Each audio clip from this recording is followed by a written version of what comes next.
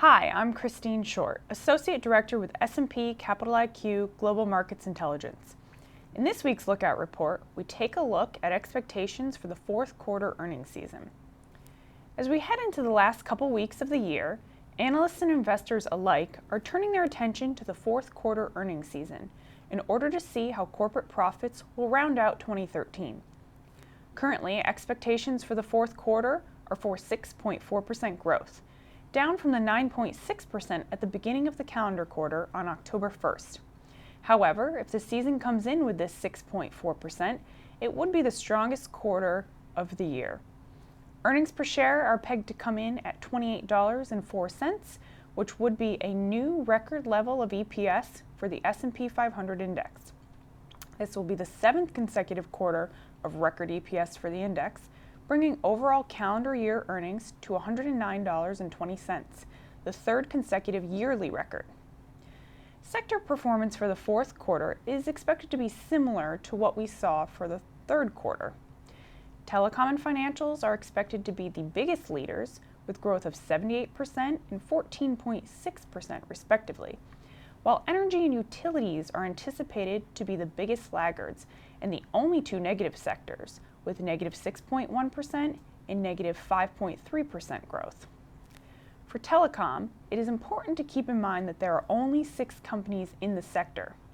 For this reason, the 78% growth rate does not carry much weight. The overall market cap of the sector is only 2.3% of the entire index.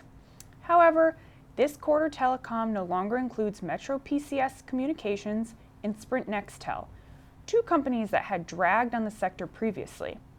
The exclusion of these companies makes for an easy third quarter year-over-year comparison and is the reason for the high growth expectations.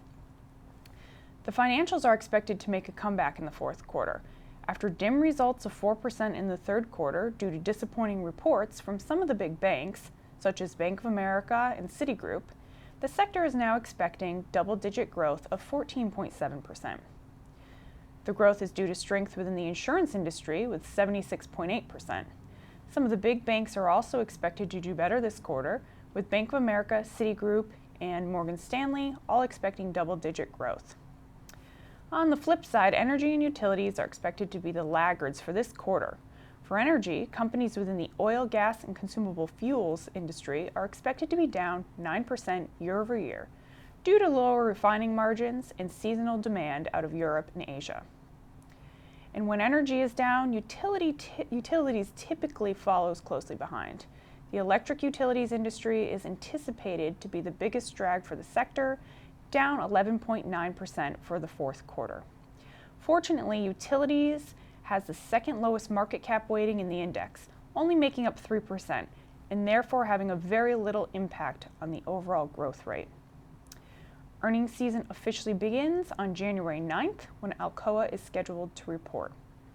I'm Christine Short, and thank you for tuning in to this week's edition of the Lookout Report.